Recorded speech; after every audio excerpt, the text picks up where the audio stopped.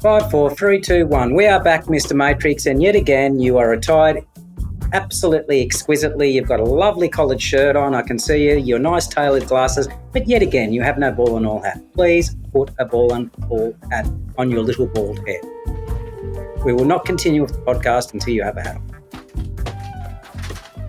We've only got about 67 ball and all hat. Okay, it's got the same one as last week. That's good. See, now you look like you've gone from maybe, I think a 6 is a stretch, to maybe an 8 out of 10. You've been told today. Welcome. How are you today? Yeah, outstanding. Okay, Excited. righto, let's do the rundown. Let's get right into it because we're about to move into round 5 and we have 30 people. 30 people left in the tipping comp, in the last man standing tipping comp. So we lost roughly 17, I think, last week? 7. Yeah, we lost 7. Okay, so we're down to... we lost 10 last week, 7 the week before. So we're down to 30. Remembering that, we've got up for grabs the best part of Happy Days. $2,500. Yeah. Yeah, I know, I've got a good memory. $2,500. Now, the ones that cost people last week were obviously the Panthers getting beaten by the Rabbits. And what was the other one? There was a lot of people on Manly of the 30 remaining, so they can't pick Manly again for 2 weeks. Who? What was the other one? Yeah, I think there were a few on the Sharks too. Oh, Sharks! Yeah, Sharks beaten by the Doggies, who were unbeaten. Stephen, did you know last week we obviously had 8 games? We had 5 underdogs win outright. Didn't even need the line. And 7 of the 8 games, the underdog covered the line. It's pretty crazy. Well, I mean, we did forecast this based off all the statistical analysis over the last probably at least a decade, that if you're going to see upsets, which you do every year, it is absolutely rife in the first 6-7 rounds, correct? Yeah, absolutely. And it's one thing to know that it's coming. It's another one to find who they might be. And, there's a couple there absolutely no way in the world that I would have found the Panthers being down 28-0 at halftime to a team a week prior themselves were down 26-0. Some amazing bounce backs, some amazing really drop-offs in form, and we'll get to that as we go through it. But, Stephen, the other really good news is that you made it through this week because there are 4 refereeing and bunker officials who didn't. So they've all been shown a leave pass for the weekend. So at least you got through. Can I say that they should have had a leave pass for longer than a week after some of their howlers? Well, and the farce is everybody with any Nous has been saying for the last 2 years, we need a specialist team. We don't need this whole by rotation gig where everybody gets a go. I thought there was at least 4 or 5 major blunders, not only just the ones that should have been sent to the sin bin, but, there are a number of tries that I thought were pulled back that were just farcical. Anyway, we don't want to get bogged down in that, but they're not getting it right. The other worry now, Stephen, is with that big little email going out, and I'm sure that you were on the list for the press release. Have we got a crackdown this weekend? How many head bins? I tell you what, if it's like that weekend at Magic Round, it'll just lose me. Anyway, we can't control that. We can't control what Mr. Annesley's doing at HR head office. One day, Stephen, I'll write a little chapter in a book about what led to that crackdown. It's actually hysterical. The childish screaming in the background over telephone calls that led to that crackdown on Magic Round. Yeah. No one picked 8 out of 8 last week. So the $750 cash, CASH, cash jackpot has not gone off as yet. That's right. So the 750's there again this week. I don't think this week's that hard, that easy to pick either. There's some tough games.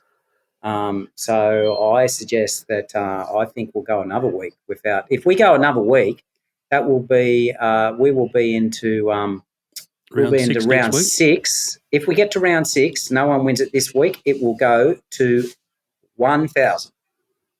There you go. The Ball and All Reading the Play NRL podcast. It's brought to you by the Station Grocer, your local petrol station delivering everything from local produce, barista-made coffee, daily baked bread, pies, fresh flowers, and of course fuel. 6 locations across the Northern Rivers. Plenty of other locations. I think it's growing. It might even actually be 10. Bright, clean, community-minded pit stop, no matter what you need. And just keep in mind, when things are tough in your community, the Station Grocer is there to help. Quick reminder on the floods. Who was the first sponsor to come in and chip in and help? The Station Grocer. There you go. So, okay, righto, let's get into it. Thursday night, I'm really looking forward to this. The Raiders have come off a couple of losses. They are going to be at home down at GIO Stadium against the Sharks, who, I don't know, the application, the intensity was there last week, but the execution wasn't. And they were run over pretty comfortably by the Bulldogs. So we've got both teams, Raiders and Sharks, coming off losses and a home game back in Canberra for the Raiders.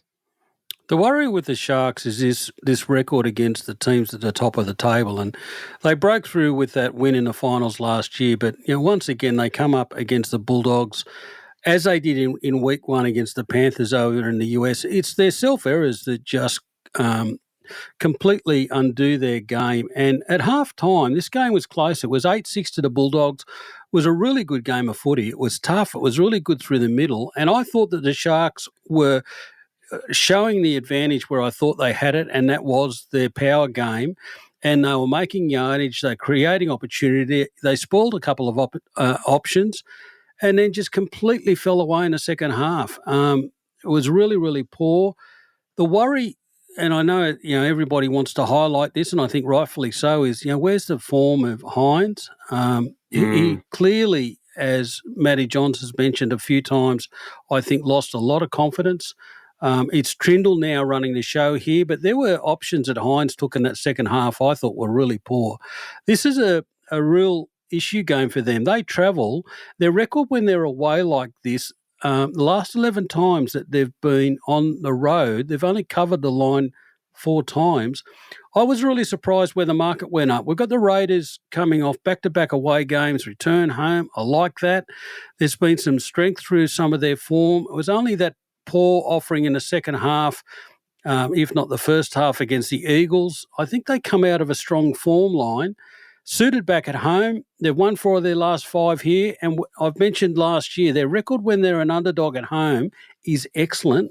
It's very, very strong, and a good setup here. They've covered the line at home as an underdog the last 3 times, 6 of the last 8. I like the Raiders. I thought the market should have been closer to the 0, not 4.5, and I want to be with the Raiders to win, and I thought the plus 4.5 that the market's been offering was a nice spot. You are with Suki Bub at home. Yeah. I think they bounced back this week. Strong form line for mine. Okay. Yeah, I think they're a chance, but I think the Sharks will bounce back.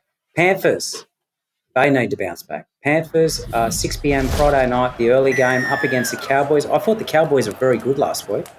They were. I thought big improvements. The improvements were there somewhat the week before. I thought they were actually pretty handy the week before, but they didn't get the win. But last week they were very good. Panthers, I don't think we'll see another performance like what we saw from some of their better players last week repeated. They are at home against the Cowboys. Cowboys have got a bit of a road trip now. They're in Penrith. They stay in Sydney till Tuesday and then go to Perth. So they're going to be tested in the next week or two. But we see Mr. Cleary back, which obviously is an enormous in. How do we see this one rolling out? Yeah, coming back to your point, I mean, I don't think we'll see that again. I mean, I would have thought that the same about the Panthers as well. Yet it was only 3 games ago that they were just horrible against a really weakened and under-strength Roosters. That first half last week, 28-0, and to see errors coming from really senior guys like Laurie and Yeo and Martin and Garner and Some of their handling errors, some of the key stats are really, really off. But a lot of that's just mental, and I'm just not sure now with the depth that they've lost over the last couple of years with all of these changes. It's catching up. Well, I think it's catching up, but I think the key thing is for them to be anywhere near as good a side as they need to be winning. They need Cleary, they need Edwards, they need Yo, they need all of these guys Liam playing Martin. every week. And this week they lose Toto at the back. He's one of their best returners of the football and meter readers, and he just creates so much yardage and post-contact meter difference to their game. Edwards, Sorensen out. He runs that, and he also completely controls their defence. Then, look up front. They're playing Papali in this middle role that I don't think he's suited to. They're really missing Fisher Harris. They're really missing that combination of Luai in the halves. And Stephen, after 4 games, who would have thought they're sitting 13th, leaking 29.5 points a week? Crazy, and I think this is a key matchup. The Cowboys off the last 2 weeks, as you touched on, the key thing is that they've got players back, and now they've got 2 games into them, some combinations, some fitness, and it's led to them, winning last week. I can't see how a team that's leaking 30 points as they are go on the road and not be in a strong position at the line at plus 13.5. It's my bet. It's my bet for the week. Yep.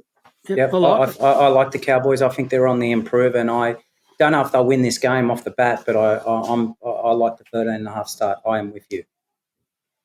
I must say I don't like when we agree, but I'm with you. Okay, we move to Friday night, the late game. Welcome back, Latrell. Rabbitohs are favourites up against their arch rivals. Couple of Ks away, the Roosters. Really looking forward to this. Must say I'm really looking forward to seeing Latrell back. I think obviously widely reported it's probably the fittest he's looked. You just have to look at his face. Like he's lost a lot of weight.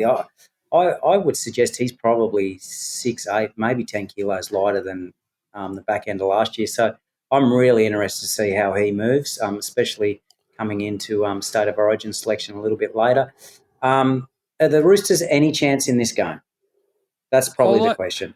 They have to be because of the rivalry. But, if we take a line through last week and, some of the patchy offerings in the prior weeks, they're up against it. And I think they're going to be like that all year. I think they're in for a season of pain, and it's really difficult to be strong that they bounce back. They're still missing Radley. They're still missing one of the Butchers, missing a couple of other guys. And their worry is the attitude. And, at halftime last week, that game was close, and they just crumbled so poorly against the Titans. Bennett, it's just amazing. He just sprinkles the Bennett dust and he just gets their head right.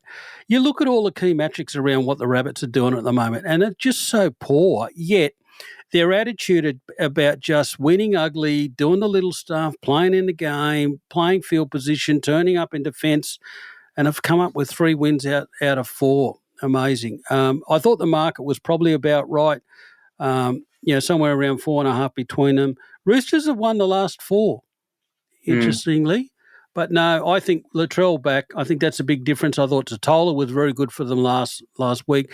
Big Keon on that left edge. Talk about a bloke who's dropped some weight and looks outstanding. He was just really strong. I think Latrell, anytime try scorer, $2.10, pays for Chinese on the weekend. Yeah, no, I like that. I tell you also, I know you don't watch a lot of the Fox shows. You just seem to watch the footy, but I don't watch it usually, but for whatever some reason last night I got stuck in front of Bonnie's show Face to Face, and she had Shane Webke on last night. It's a must watch. Go and have a watch. Go and watch that on replay. But the big thing that comes across in that is just exactly what you touched on at the start of that preview is the Wayne Bennett sprinkling of his little ingredients of whatever it is, and the way Webke describes the influence on him. Getting to the Broncos, his career at the Broncos and after the Broncos. Yep. It's probably one of the biggest raps that I've heard for Wayne Bennett for some time, but he describes it well. I was lucky enough when Webke released his book, he did a little bit of a tour around a few pubs in Queensland and Brisbane, and I went to one of those, and he had Wayne Bennett with him as well. And he spoke very close, obviously. Oh, yeah, he spoke a lot about that. Yeah, and he talked about, how, Bennett got him went out of, was it Toowoomba, I think he came from, and, into the Broncos system and, whatever the schoolboy tournament that he went to, he turned up with Cyril Connors to sign Stephen Price and sign Webke instead. Yep. Well, Cyril had one of the best eyes we'll ever see. Yeah. So anyway, if you haven't watched that, jump online and watch it, because it was it was one of those ones where you sit down and you think, okay, I'm not moving. This is really good. Well, and if there's one thing about Bennett returning to the Rabbits, he is the best coach ever that a guy like Latrell needs. Yeah, but totally. Also and Cody Walker, a guy like Cody. And then, that young halfback, you just see what Humphreys is now delivering. Oh, what about the young fullback? He's leading the Dally M's. Yeah. Just, I mean, he has always looked a talent. But to be getting the best out of Cody's looked disinterested and off key for the last 2 years, and he's had some other issues going on in the background. Wayne's got him focused, enjoying his footy, getting the best out of him, and now he's going to extend his contract. It's just, he's fantastic at it. Okay, we're moving to Saturday, April the 5th. That is one day after the best day of the year. We have the Eels up against the Dragons. Surely you're not tipping the Dragons, because every time you don't, they win, which is really good. Did you want to do this one? This is your two teams. I mean, well, I'll do. You're the Dragons man, and you're tied to your lace boots now with the Eels. Well, why don't I do the preview? Well, the preview is that Shane Flanagan has come out this afternoon and he's confirmed all the scuttlebutt is totally incorrect, that the Dragons have no interest in signing DCE. They are only chasing front rowers. So, hey, put your ball and all hat back on your head. So DCE is not coming to the Dragons. Does anybody want to tell Flano that we're no chance anyway? Doesn't matter. We're a chance of anyone in the player market. The Dragons way better. A lot of desperation last week. The Eels, I think the application is there. The defence is improving week in, week out. But, without Moses, their execution in attack is really poor at present. A lot of work there for the attack coach, Scotty Wisemantle, to do. 3 o'clock out at Combank Stadium. I'm nervous. Yeah, well... tip the Eels, please. Possibly one of the lowest games of the season. Hey. Well, it's not a very exciting matchup, is it? I mean, one's 1 and 3, and that's the Dragons, and got out of jail last week. Yes, the wet conditions helped them. Their defensive attitude was excellent. Got out of jail. Bloody zip it up. They played well. I just said they played well. The Storm had 3 tries disallowed. Oh, don't start going to bloody referee decisions. We can't control the referee. Every game there's shit refereeing decisions. You do sound like Flano, you know. Do not call me Flano. The Dragons were better. No Sewer, no Gurler. They're key outs. But I don't think that's a major issue here, because, as you suggest, the Eels could walk around Sewer. the block. Jaden Sewer's named. Well, my mail is that he's an injury out. Well, no, he's okay. no. Let's wait and see. I'll stand corrected into Saturday, but my mail is he'll play.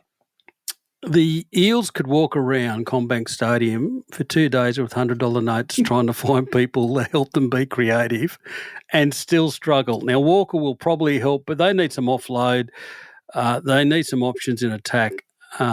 Steve, would you believe the Eels' record against the Dragons, 12 wins of the last 15? I know, it's very good. That's why I'm nervous. Don't worry, I've gone back and had a look at the stats. I'm nervous. You know what this game comes down to? What, Blake Laurie? First team to 3 tries. Okay, righto. And I think it might be the Red V. Yeah, okay. Please don't say you're tipping them. Just leave your preview there. Okay. Now, the one big positive, I think, is a couple of these kids that are emerging at the Dragons. Dylan Egan was very good. He's a player who's got a long-term career in the NRL. I think Hamish Stewart has been pretty good the last couple of weeks as well. But anyway, I really like Stewart. I tell you what. What about Egan? Egan was excellent last week. Yeah, he was. Yeah, I don't want to meet those two blokes at 2:30 in the morning looking for a kebab. Yeah. It'd just be yes, sir, and have a nice night. Titans, Dolphins, that's enough of the Dragons. And I love the fact that you have not tipped anyone. You haven't tipped either team. You've just given your preview. Titans are probably the form side in the last 2 weeks after a very disappointing start up against the Dolphins, who are 0-4. We tipped them to make the 8.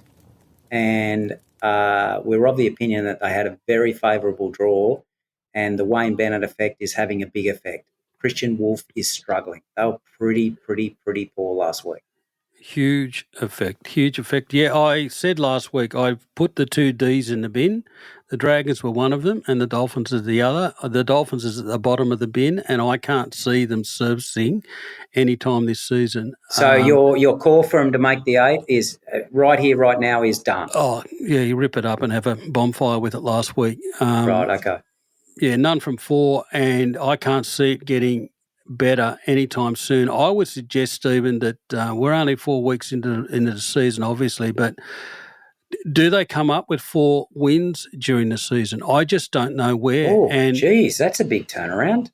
We've gone from making the 8 to now saying they may not win 4 games. Well, we can only call what's in front of us. And, they trained exceptionally well. They were very fit, yet they look – I know they had a really difficult start to the season with those first 2 weeks with all of the drama with move of games and definitely hasn't helped. Wet weather, and that's really put them behind the 8 ball. But what's concerned me is what we then see is it's just so slow. It's the second worst attack in the competition.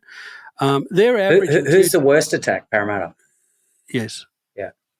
They're averaging 2 tries a game. I mean, it's not real hard to beat a team when they're only scoring 2 at this level of competition. It's slow, it's pedestrian. The other concern I have, Stephen, is if we go through some of these players, if Safidi wasn't there, that forward lineup would look horrible. I mean, Gilbert needs games. He needs games and match fitness, and now he's out. Kaufusi, I think, stayed a year too long. Off the bench, I think that's the case with Stone and Bromwich and possibly Nichols.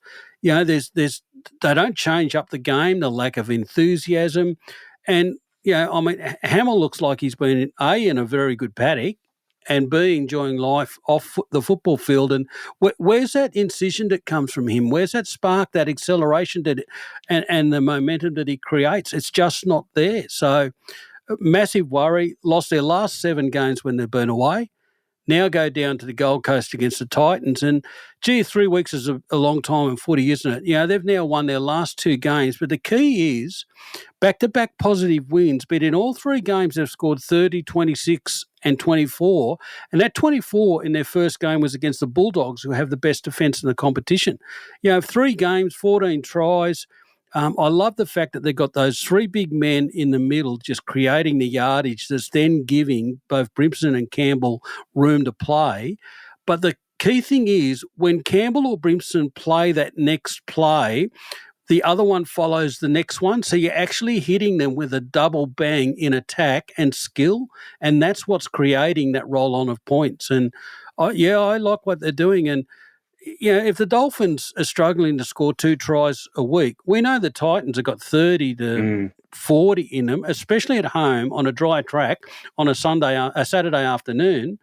I thought the Titans at -4.5. My goodness, that seemed to be well short of where I thought it was.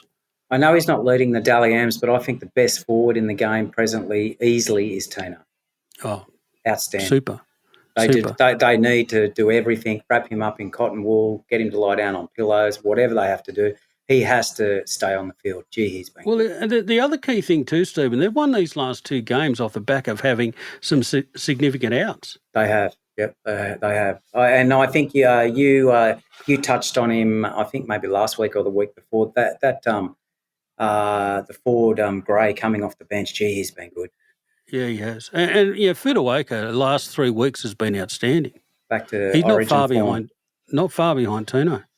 Okay, we move to the second game, 7:35. It is the Broncos at Suncorp taking on the Tigers. very upsetting that the Tigers got beaten last week because they've just been outstanding. They should be top of the competition. They will be top 8 for sure. Richardson signing 10-year deals with Galvin. Everything's happening out at Tiger Town. Anyway, Tigers, Why are they a are chance? you upset? The Warriors at the No, plus was the best bet of the week. I'm being very sarcastic. Because It's not like you. Woody, with 15 minutes to go, was like, "We are top of the table. Your Dragons, they're all 45. You shit." It was just coming thick and fast, and then we didn't hear from him until about Monday lunchtime. So Woody wasn't one of those that followed the best bet and had Chinese on Sunday Of course night? not. He thinks the Tigers are he seriously thinks the Tigers are going to win the comp. Listen, in all fairness, I don't think it's a strong form line, but in all fairness, they could be 4 from 4. Well, those 2 losses are only by 2 points. Yeah.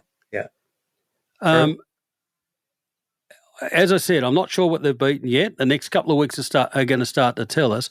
The key about them, and credit to the coach, is the big area of improvement's been the defence. Again, I'm not sure what's been thrown at them, but Not they're only much. averaging 15 points a game when 12 months ago that was 30. This is a big test. Their record away from Sydney, how's this for you, Stephen? They have won one of the last 18 times. One out of 18. And it was the last time they were out of Sydney because they beat the Dolphins. Billy Butler, really? And here's another key stat for you. What about the Broncos? The last 12 times the Broncos have played at home, they have not covered the line. And what that says is the market is overrating the Broncos, and I think that's been the key since the start of the year. I kept suggesting that everybody's in love with what Madge is doing there and where they're supposedly headed and top 4 and maybe in a grand final and all of that sort of stuff, and getting a little bit ahead of them, getting the results on the park. In fairness to the Broncos, I thought last week was some of their best. Had it not been wet, they would have won by 40. A really interesting matchup this week against the Tigers. The line's now 17.5. Started at 14.5. It's been heavily backed. Luai's a key out for the Tigers, and then that travel. I think the Broncos win. Likely a dry track. Is 3 tries enough for the Broncos to be covering the line? I'd err on the side of yes. So you're calling 20 plus? I think so. Yeah, I think it might be a bit of a wake-up call for the little Tigers. Sunday, 4 o'clock, back at 4 Pines Stadium. The Sea Eagles, BCE, up against the Storm. It seems like it might have settled down a little bit. The CEO's gone back into his cave and shut up. He was supposed to be on NRL 360 on Monday and pulled out late after being everywhere all over the weekend, ABC, Daily Telegraph, everywhere.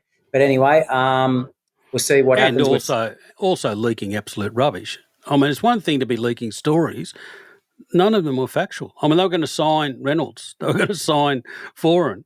Supposedly Fogarty was on top of their list. Supposedly they'd made DCE an offer. It was all just bullshit. Oh, crap. Yeah, a lot of ass covering. Anyway, the Storm coming off a loss against the Dragons. My mail is that Jerome Hughes could be a late that's inclusion. Interesting. I think that was very telling last week. I mean, Jerome Hughes not in that side against the Dragons. I don't know what he's worth, but he's probably worth 6 to 8 points easily, isn't he? Yeah, absolutely. And listen, I don't think the wet helped, and that Wishart in the wet found it difficult to play the role he needed to play. I think Wishart is an excellent player. He's an excellent player every day of the week, but I think he's a 14. Yeah, and I also think that he probably tried to overplay his hand. He pushed a few opportunities. They're better than that. The key thing is, Stephen, what about this for a record? The last 15 times the Storm have lost, they've won the next week. Last 15. 15, not 5, 15. Yeah, it's not a bad record, is it? Okay, so let's just repeat that for our listeners. The last 15 times the Storm have lost, they've won the next week. Yeah. Bellamy hates losing. They'll get a dry track here. There's clearly an arch rival matchup here. It's a great derby, this one.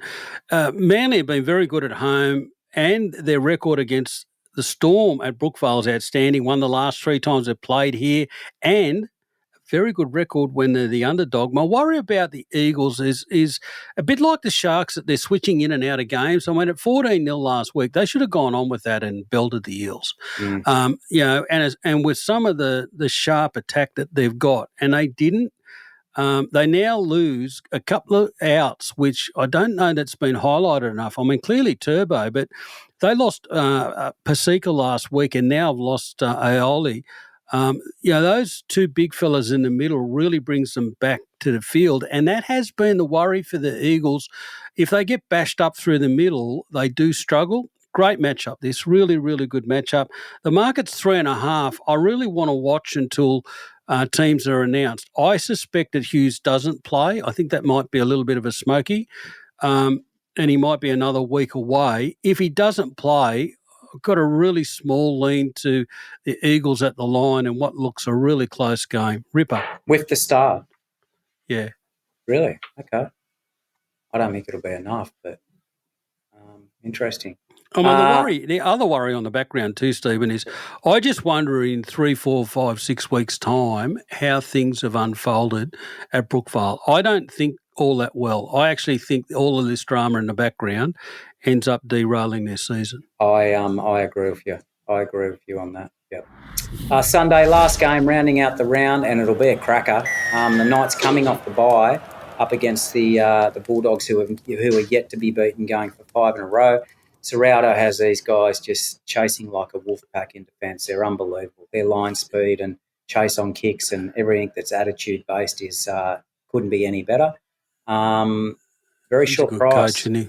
Good coach. He's doing a very good job, yep. What do we think here? Well, I want to wait till the weekend to see whether Thompson does play, because the Knights started the season strongly, and interestingly, we've got two of the better defensive teams matching up here, and that's been, I guess, the foundation for what O'Brien's done at the Knights over the last 12 months. He's made defence important, but they went to the Gold Coast 2 weeks ago, and I think, a very credible win for the Titans, but they were missing 3 key forwards. Thompson's named to play, so let's see if he actually plays. Mm-hmm. But they're then still without Lucas, who I think is the form left edge second rower in the opening weeks of the season, and they need him to be a chance of dominating and matching up in the middle here. The Bulldogs, they're overachieving, Stephen. There's still no Burton, no Kikau, no Hughes, no Tupanua this week, yet they scramble so well. Hats off to Taylor and the coaching of their attack last week, and he showed signs of this late last year. Jason Taylor, attack coach. Absolutely ripped the Sharks a new one down the outside edges where they came up with those tries. It was some very, very clever attack setup and execution, and deserves a rap. They're not just through the middle and a little bit of ball plays. It was some very clever football. I thought the mark was about right, 6.5. I'm with the Bulldogs. Looks a great game to finish the round. Do the Bulldogs cover the line? I was similar to the market. I think depending on those final teams, if Thompson plays, then I'll probably still just slightly lean to the Bulldogs, but a bit of a test. Yeah. Okay, beautiful. Righto. Well, that rounds out. So just run us through your tips, best bets, multis. I'm with the Raiders. I think the Panthers might sneak home for a win, but I think the Cowboys certainly cover the line. With the Rabbits, with the Dragons. No, it's a really bad line. Next. Titans, Broncos, Eagles, Storm very close. Storm maybe win. Eagles with 4.5 I'd take. And I think the Bulldogs win the last game. Thought the best of the week with the first 2 games. I like the Raiders with the plus 4.5, and I like the Cowboys with the plus 13.5. Yeah, I'm not going to go with the Raiders, but I like the 13.5. Happy tipping out there because we need an 8 out of 8. It's been bloody hard work. How did some people get 5 and 6 last week? Fine. Yeah. Yeah, well, the other great news is, Steve, we've got 241 people in the competition. 239 put their tips in last week. Oh, that's good.